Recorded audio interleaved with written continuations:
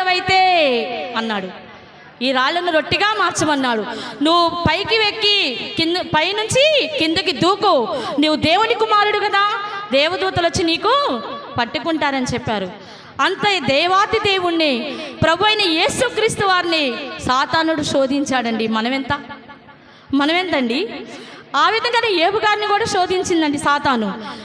తన సమస్తాన్ని, తన ఆస్తిని, తన అంతస్తును, తన 7 కుమారులను, 3 కుమార్తెలను, తన యావదాస్తిని కూడా, దాసీలను మొత్తాన్ని కూడా నిర్మూలం చేసింది. కానీ ఏబు గారు ఒక్క మాట కూడా తప్పిదం పలకలేదు.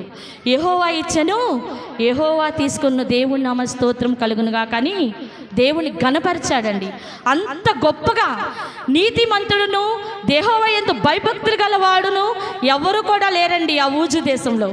అంత గొప్పవాడు ఏబు గారు భార్య అయిన తన దేవుని విడిచిపెట్టింది, కానీ ఏబు గారు దేవుని విషయంలో ఒక్క తప్పిదం కూడా చేయలేదండి. ఏమంది భార్య, ఏమైంది, ఇప్పటికైనా నువ్వు దేవుని దూషించి మందం కావచ్చు కదా అంది. అప్పుడు మూర్ఖురాలు మాట్లాడుతున్నట్టు మాట్లాడుతున్నావు, నువ్వు కీడు అనిపించుటక మేలు అనిపించిన వారం కీడు అనిపించుట తగదా అని చెప్పాడండి. తన స్నేహితులు వచ్చారు 3, వాళ్ళ 3 విషయంలో కూడా ఏ తప్పిదం కూడా పలకలేదండి. అంత గొప్పవాడు. చివరికి ఏం పొందుకున్నాడండి ఏబు గారు? 2 అంతల ఆశీర్వాదాన్ని పొందుకున్నాడు. చూసారా మనం ఎలా ఉంటున్నాం, మన జీవితాల్లో ఎలా ఉంటున్నాం? మనం దేవుని విషయంలో తొట్టిల్లిపోతున్నామా? దేవుని విషయంలో వెనకంజ వేస్తున్నామా? దేవునికి దూరస్తులుగా ఉంటున్నామా? లేదా దేవునికి మనం సమీపస్తులుగా ఉండి దేవునిలోనే మన ప్రార్థన అనుభవాలను, మన మోకాళ్ళ ప్రార్థన జీవితాన్ని, కన్నీటి జీవితాన్ని మనం దేవునిలోనే ప్రార్థించుకునే వారిగా ఉంటున్నామా? మనల్ని మనం ఒకసారి పరిశీలన చేసుకోవాలండి.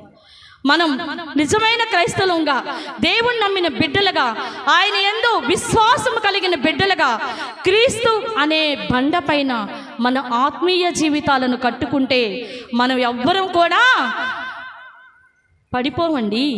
పడిపోతామా? పడిపోవు. ఇసుక మీద ఇల్లు ఏమైపోయింది? పడిపోయింది. ఎందుకు పడిపోయింది?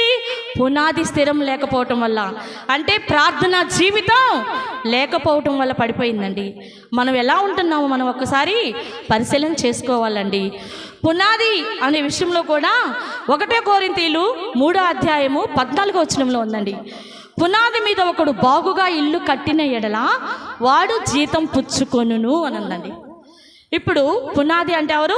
ప్రభువైన యేసుక్రీస్తు వారే.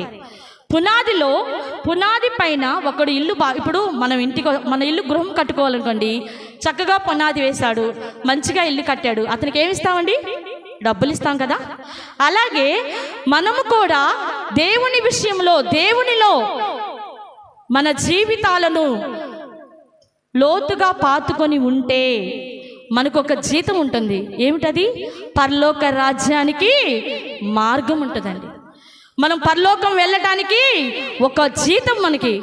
మనం క్రీస్తులో తొట్టిల్లకుండా, వైదొలగకుండా, క్రీస్తుకు దూరస్తులము కాకుండా, యేసు క్రీస్తులోనే అంటగట్టబడిన వారమై, యేసు క్రీస్తులోనే, క్రీస్తు అనే బండపైన మన జీవితాలను కట్టుకుంటే ప్రతి ఒక్కరము కూడా పరలోక రాజ్యానికి జీతం పుచ్చుకుంటామండి.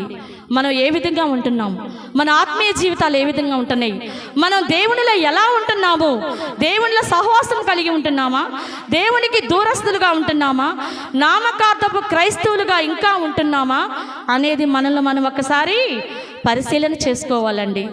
మనందరము కూడా క్రీస్తు అనే బండపైన మన ఆత్మీయ జీవితాలను, మన ఆత్మీయ బ్రతుకులను, మన ఆత్మీయ ప్రార్థనా జీవితాన్ని పునాది స్థిరంగా పాతుకుంటే మనం బుద్ధిమంతుని వలె దేవుని మార్గానికి అర్హత సంపాదించుకున్న వాళ్ళం అవుతామండి. అదేవిధంగా మనందరము కూడా ప్రతి క్షణము, ప్రతిరోజు దేవునిలో ఏ విధంగా ఉంటున్నాము, దేవునిలో ఏ విధంగా బ్రతుకుతున్నాము, క్రీస్తు అనే బండపైన మన జీవితాలను కట్టుకుంటున్నామా, లేదా నామకార్థపు క్రైస్తవులుగా ఉంటున్నామా, లేదంటే మన బ్రతుకులను యేసుక్రీస్తు పైన ఆనుకొని బ్రతుకుతున్నామా? ఒక్కసారి మనల్ని మనం పరిశీలన చేసుకుందామండి. ఇంతటితో వాక్య భాగం ముగిస్తున్నానండి. అవకాశం ఇచ్చిన అయ్యగారికి వందనాలు. మీ అందరికీ వందనాలమ్మా.